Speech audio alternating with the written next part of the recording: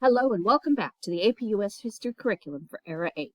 In this video, we'll be looking at topic 8.5, American Culture after 1945, both how it was maintained and how it changed.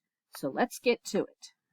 The key thing to know about American culture during this time period is that it was all about developing a mass culture that focused on conformity, and it was very much a consumer culture.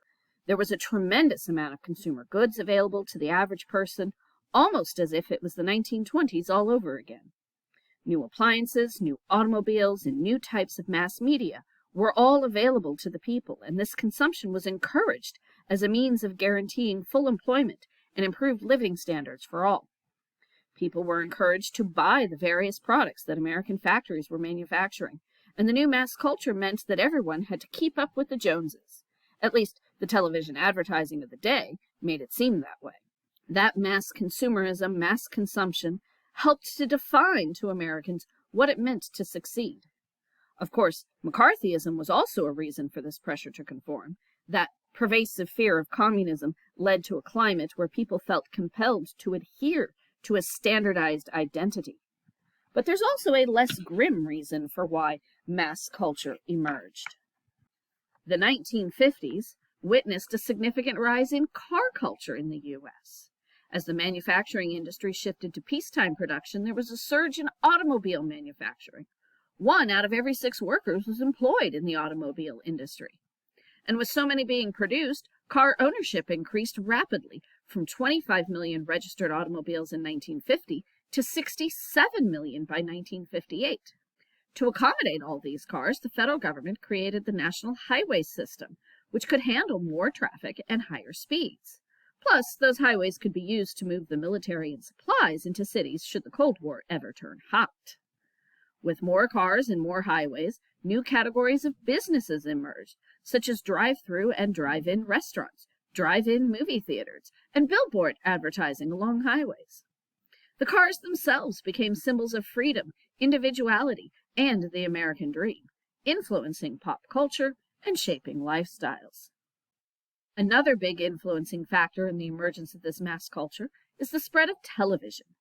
In 1950, just 9% of Americans' households had a television, but by 1960, that number had increased to 90%.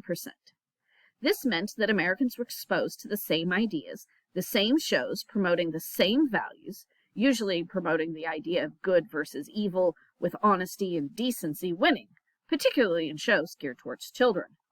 Howdy Doody, Hopalong Cassidy, The Lone Ranger, and Superman all promoted these ideas. For those geared towards adults, the main characters were usually an old-fashioned family, often living in the suburbs, with middle or working-class parents sharing their wisdom with their children, who were mostly hard-working and obedient. Shows that fit this mold included The Adventures of Ozzie and Harriet, Father Knows Best, Leave It to Beaver, The Life of Riley, and The Honeymooners. Another significant social change is the identification of the teenager as a distinct social group. Post-war prosperity provided teenagers with money to support their own choices and styles. A 1959 Life magazine article calculated that teens had $10 billion at their disposal, and of course advertisers and manufacturers wanted as much of that as possible. Products were marketed towards young people: clothes, grooming products, toys and games, food and beverages. The emergence of rock and roll music was also closely tied to this teenage market. Record companies, radio stations, and television shows marketed rock music and related merchandise to these teenagers. Teens owned more than 10 million record players, more than 1 million television sets, and more than 13 million cameras by the end of the decade. It was estimated that teens were spending more than 15% of their disposable income just on entertainment. And the fact that more teens were attending high school, increasing from 50% in 1930 to 90% in 1960, reinforced this teen identity. And the thing that set teens apart more than anything was the emergence of rock and roll music. Rock and roll music celebrated themes that resonated with teenagers, such as young love, rebellion against authority, and freedom from the constraints of middle-class society. White teenagers enthusiastically embraced the music of African-American rock and roll pioneers like Chuck Berry, Little Richard, and Fats Domino, helping to break down racial barriers in popular culture. White artists like Elvis Presley then took this sound and expanded the audience even further. His style, including his pelvic gyrations, excited young people while upsetting the older generation, who viewed his actions as distasteful or even obscene.